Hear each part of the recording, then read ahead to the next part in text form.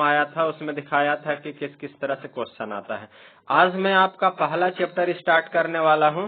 ये जो चैप्टर का नाम है हड़प्पा सभ्यता, प्रारंभिक नगरों की कहानी, ईंटें, मानके और अस्थियां। ये चैप्टर, इससे पहले मैं कुछ बता दूं, ये चैप्टर हिस्ट्री का सब्जेक्ट है। अगर हिस्ट्री के जो सब्जेक्ट जो स्टूडेंट का हिस्ट्री है 12th में, वही स्टूडेंट देखें, और अदर स्टूडेंट अपना नॉलेज के लिए देख सकते हैं। जैसे यूपीएससी, जेपीएससी या एसएससी के एग्जामिनेशन दे रहे हैं तो उसके लिए ये 12th का एनसीईआरटी से लिया हुआ कुछ भाग है जहां से हमने लिया है। और ये है भारतीय इतिहास का प्रमुख कुछ विषय, जो फर्स्ट बुक है हिस्ट्री का, उसमें 30 नंबर का आता है। एक क्वेश्चन आता है, एक अंक का स्तर का क्वेश्चन 5 को रहता है, 2 अंक का क्वेश्चन 1 रहता है, और 5 अंक का क्वेश्चन 3 रहता है, और 8 नंबर का क्वेश्चन 1 रहता है। इस तरह से फाइनल एग्जामिनेशन में लिखा हुआ रहेगा। अब हम लोग पहला चैप्टर स्टार्ट करते हैं कि प्रारंभिक नगरों की कहानियां। आप कलम कॉपी लेकर के बैठिए, आपको नोट्स भी तैयार होगा। आप वीडियो को पॉज करके आप नोट्स को तैयार करते रहिएगा। जो स्टूडेंट 12th का एग्जामिनेशन देने वाले हैं अगले साल, उसके लिए, और बाकी आप नॉलेज के लिए पढ़ रहे हैं तो बहुत अच्छा है, आप किसी को पढ़ा भी सकते हैं इसको पढ़ने के बाद। सिंधु घाटी सभ्यता का नाम हड़प्पा सभ्यता कैसे हुआ, इस सभ्यता का खोज कैसे हुई? तो सबसे पहले मैं बता देना चाहता हूं कि हड़प्पा सभ्यता नाम का कोई चीज नहीं था। 1920 ईस्वी में दयाराम सरस्वती के द्वारा इनको खोजा गया। रखालदास बनर्जी और दयाराम सरस्वती के द्वारा। सारा डिस्कशन हम पढ़ेंगे। चूंकि ये हड़प्पा नामक स्थान, जो जगह है, हड़प्पा नाम कैसे पड़ा, ये सारा चीज हम इसमें पढ़ेंगे, दिक्कत नहीं है। आगे हम लोग चलते हैं। ये क्वेश्चन फर्स्ट है आपका, सिंधु घाटी सभ्यता का नाम हड़प्पा सभ्यता कैसे हुआ, इस सभ्यता का खोज कैसे हुई? हड़प्पा पश्चिमी पंजाब, अब जो पाकिस्तान में चला गया है, रावी नदी के तट पर स्थित है। ब्रिटिश भारत में उत्तर पश्चिम क्षेत्र के सिंधु घाटी में स्थित हड़प्पा नामक स्थान में उत्खनन के फलस्वरूप एक अत्यंत विकसित सभ्यता प्रकाश में आई। जब अंग्रेज लोग आए थे ना, तो रेल के पटरी बैठाने के लिए भारत का कोना कोना में अपना रास्ता बना रहे थे। उसी का दौरान क्या हुआ कि ये सभ्यता का उद्गम हुआ। सबसे पहले एक ईटा मिला, तो उसके बारे में खोदने लगे तो पता चला कि पूरा बड़का को सभ्यता यहाँ बसा हुआ है, प्रकाश में। इस तरह से हमारा हड़प्पा सभ्यता प्रकाश में है। चूंकि सर्वप्रथम उत्खनन हड़प्पा स्थल में हुआ था, इसलिए इसे पुरातत्वविदों ने हड़प्पा सभ्यता या हड़प्पा संस्कृति का नाम दिया। हड़प्पा में पूर्ण विकसित अवस्था के पहले और बाद में का भी संस्कृतियों के अवशेष पाए गए, जिन्हें क्रमशः आरंभिक, पूर्ण विकसित और परमवर्ती या उत्तर हड़प्पा संस्कृति कहा जाता है। इसके कारण भी अन्य स्थलों की तुलना में हड़प्पा की महत्व अधिक है। इसे सिंधु घाटी सभ्यता भी कहा जाता है। आगे हम लोग चलते हैं, कब खोज हुआ, किसके द्वारा खोज हुआ, ये सब हम लोग यहाँ पढ़ेंगे। हड़प्पा सभ्यता का खोज 1922 ईस्वी, हम पहले बोला था ना हमने कि 1922 ईस्वी में पूर्वी सिंधु सभ्यता या हड़प्पा सभ्यता के संबंध में जानकारी नहीं थी। 1856 ईस्वी में कराची और लाहौर के बीच में रेलवे निर्माण के लिए ईंटों की आवश्यकता हुई। इसके लिए आसपास के खंडहरों में ईंट खोदना प्रारंभ किया गया। इस समय अंग्रेजों को कुछ पुरातत्वविदों अवशेष मिले, जो 1873 ईस्वी में जनरल कनिंघम को भी कुछ पुरावस्तुएं मिली। इन वस्तुओं का आधार पर वे इस सभ्यता का मूल्यांकन करने में असमर्थ रहे।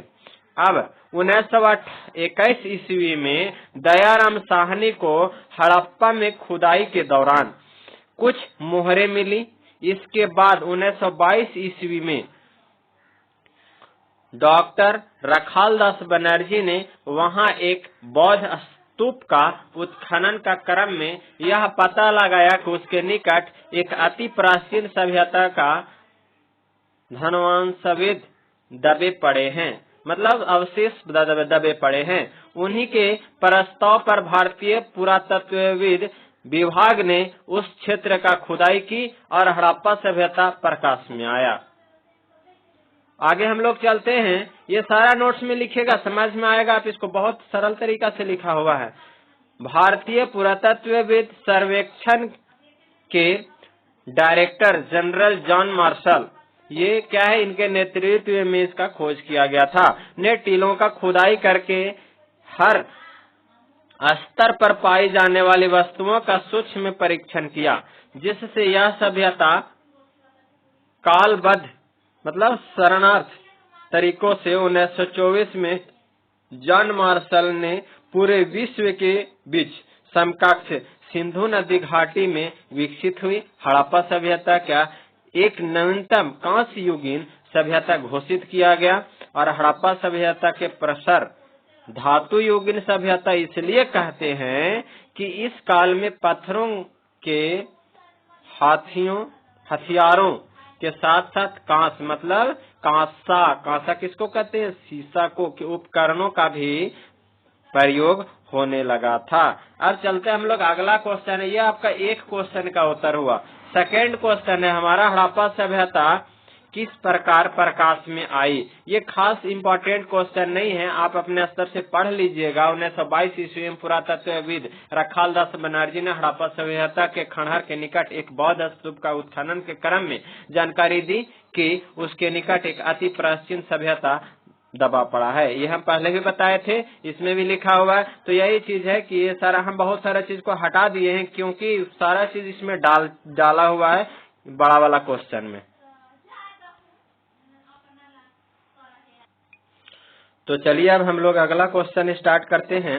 हड़प्पा सभ्यता के प्रमुख स्थलों का वर्णन करते हैं। ठीक, तो प्रमुख स्थल में कौन कौन सा स्थल था ये हम लोग यहाँ पर पढ़ेंगे। तो उसके बारे में थोड़ा सा हम पहले डिस्क्रिप्शन दे दें कि हड़प्पा सभ्यता के अंतर्गत मतलब उसके अंतर्गत आने वाले जो भी जगह है, जैसे पंजाब, सिंधु और बलूचिस्तान के भाग ही नहीं बल्कि गुजरात, हरियाणा, राजस्थान और पश्चिमी उत्तर प्रदेश के सीमा जो भाग है वो लगे हुए थे उससे। और इसका फैलाव उत्तर के जम्मू से लेकर के दक्षिण के नर्मदा के मुहाने तक और पश्चिम के बलूचिस्तान के मकरान समुद्र तट से लेकर के उत्तर पूर्व में मेरठ तक था। हड़प्पा सभ्यता का प्रमुख स्थल थे हड़प्पा, मोहनजोदाड़ो, कालीबंगन, लोथल, धौलावीरा इत्यादि। अब एक एक करके हम यहाँ पर आपको बताते हैं, एक एक करके हेडिंग डाल करके आप इसको लिखते जाइएगा और समझते जाइएगा कि सर्वप्रथम उत्खनन हड़प्पा सभ्यता में हुआ था और 1922 ईस्वी में अनेक पुरातत्ववेत्ताओं ने इस स्थल का खोदाई की और परिणाम स्वरूप हड़प्पा सभ्यता प्रकाश में आया। हड़प्पा पश्चिमी बंगाल, पश्चिमी पंजाब अब के पाकिस्तान में रावी नदी के तट पर स्थित है। हड़प्पा में स्थानांतरण चतुर्भुजाकार के आकार की एक गढ़ी मतलब गढ़ छोटा सा निर्मित था। इस नगर के चारों ओर एक दीवार शत्रुओं की रक्षा के लिए बनी हुई थी। अब नेक्स्ट ये हड़प्पा के बारे में हो गया। मोहनजोदाड़ो के बारे में समझिए। मोहनजोदाड़ो नगर हड़प्पा सभ्यता का एक प्रमुख केंद्र था जो सिंधु प्रांत के लारकाना जिला में सिंधु नदी के पूर्वी किनारों पर स्थित है। मोहनजोदाड़ो का अर्थ सिंधी भाषा में मृतकों का टीला होता है। इस नगर के विषय में ऐसा अनुमान लगाया जाता है कि यह नगर 7 बार बसा और 7 बार यह नगर उजड़ा था। यह उत्खननित सिंधु नगरों में सबसे महत्वपूर्ण एक संपन्न नगर था। यह एक बड़ा व्यापारिक केंद्र एवं अंतर्राष्ट्रीय नगर था जो संभवतः दक्षिणी प्रदेश की राजधानी था। आगे हम लोग कालीबंगन के बारे में समझते हैं। राजस्थान में गंगानगर जिले में घग्गर नदी एक है के किनारे कालीबंगन स्थित था। वहाँ किसी समय हड़प्पा सभ्यता फली फूली थी। कुछ विद्वानों का कहना है कि संभवतः हड़प्पा, मोहनजोदड़ो और कालीबंगन हड़प्पा साम्राज्य के 3 राजधानियां थी। आगे हम लोग लोथल के बारे में पढ़ते हैं। लोथल गुजरात क्षेत्र में सिंधु सभ्यता का सबसे महत्वपूर्ण स्थल है। यह टीला अहमदाबाद जिले में इस नाम के नगर से लगभग 16 किलोमीटर दक्षिण में सरगांववाला गांव के सीमा में स्थित है। वहां पर किए गए उत्खनन से सिंधु सभ्यता के इतिहास में एक नया अध्याय जुड़ गया। धौलावीरा गुजरात के कच्छ क्षेत्र में अवस्थित है। धौलावीरा में भी किला है। इस स्थल पर हड़प्पा सभ्यता के 3 अवस्थाएं मिलती है। ये था हम लोगों का उसके बारे में कुछ जानकारियां। अब हम लोग आगे अगला क्वेश्चन में हम लोग चलते हैं कि हड़प्पा सभ्यता विशेषताओं का वर्णन करें। सिंधु सभ्यता की विशेषताओं का वर्णन करें और नहीं तो हड़प्पा सभ्यता की विशेषताओं का वर्णन करें। इस तरह से इसका क्वेश्चन बना करके देता है। अगला हम लोग चलते हैं, इसमें इसका उत्तर देते हैं। सिंधु घाटी या आर्य पूर्व भारत सभ्यता की निम्नलिखित विशेषताओं का उल्लेख इतिहासकारों ने किया है। फर्स्ट, सेकंड, थर्ड इस तरह करके हम उल्लेख करते हैं। पहला है उल्लेख कि यह सभ्यता विश्व के प्राचीनतम सभ्यताओं में से एक है। दूसरा, यह सभ्यता नगरीय सभ्यता थी, मतलब नगर बसा हुआ था, शहर जिस तरह कहते हैं। इस सभ्यता काल की नगर योजना अत्यंत उच्च कोटि की और उन्नत थी, बहुत अच्छा थी। बहुत कुछ आधुनिक नगर व्यवस्थाओं से मिलती जुलती थी। जिस तरह से अभी हम लोग का व्यवस्था है ना, उस तरह से वहां पर इसी के सम्मान में मिलता जुलता था। इतना विकसित था, मतलब ग्रामीण नहीं था, शहरी था। सुविधाओं और व्यवस्थाओं से संपन्न नगर थे। इस सभ्यता काल में संभवतः लोकतंत्रीय व्यवस्था प्रचलित थी, मतलब लोकतंत्र था। यहाँ राजा का बेटा ही राजा नहीं बनता था, प्रजा में सबको मीटिंग बैठा करके राजा बनाया जाता था। चौथा विशेषता समझते हैं हम इसका इस सभ्यता काल का समाज अत्यंत सुखी, समृद्ध और शांति प्रिय थे। मतलब ये सुखी भी थे, इनके पास धन दौलत समृद्धि भी था और ये शांति प्रिय थे। लड़ाई झगड़ा में ज्यादा विश्वास नहीं करते थे। अभी के समय में तो मत पूछो। इस सभ्यता काल के लोग आमोद प्रिय थे। नाना प्रकार के अलग अलग प्रकार के मनोरंजन विधानों और क्रीड़ा कौतूहल अनेक जीवन या अपरिहार्य अंग थे। मतलब कहने का मतलब इसका मतलब ये है कि लोग सबसे ज्यादा क्या करते थे, मनोरंजन भी करते थे, खेल कूद भी करते थे, क्रीड़ा भी करते थे। इस सारे चीज के बारे में उनको जानकारी था। अब छठा विशेषता हम लोग समझते हैं कि इस काल के लोग मातृ शक्ति, प्राकृतिक पति, पशुपति, महादेव और लिंग पूजा करते थे। और 7वां नंबर है इसका विशेषता में हड़प्पा या सिंधु सभ्यता के कुछ मूर्तियों का कला यूनान के कला की भांति उत्कृष्ट है। कांच की मूर्तियां यहाँ का शिल्पी बनाना जानते थे। वे कई प्रकार के औजार और हथियार भी बनाना जानते थे। वे भवन निर्माण कला, मूर्ति शिल्प एवं रत्न भूषणों को बनाने में कुशल और निपुण थे। 8वां विशेषता है कि सिंधु घाटी के सभ्यता की अत्यंतम विशेषता सिंधु लिपि है।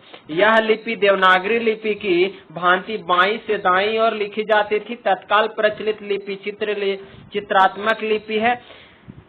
अभी तक यह लिपि पढ़ी नहीं जा सकी है और कुछ लोग ने इस लिपि को पढ़ लेने का दावा किया है, परंतु अभी उनके दावे के प्रामाणिकता की जांच बाकी है। इस लिपि को पढ़ लिए जाने के बाद निसंदेह विश्व की इस प्राचीनतम सभ्यता के अनेक रहस्यों पर से पर्दा उठेगा और संभवतः विश्व को भारत के सांस्कृतिक गुरु होने का विश्वास होगा। यह आपका इसका विशेषता था। अब आगे हम लोग चलेंगे, नेक्स्ट पार्ट में हम आप लोगों को पढ़ाएंगे मोहनजोदड़ो की कुछ विशेषताओं का वर्णन करेंगे कि उनका मुख्य केंद्र कहाँ था वगैरह वगैरह। तो वो इसके बाद वाला वीडियो में होगा। ये वीडियो 15 मिनट का बन चुका है।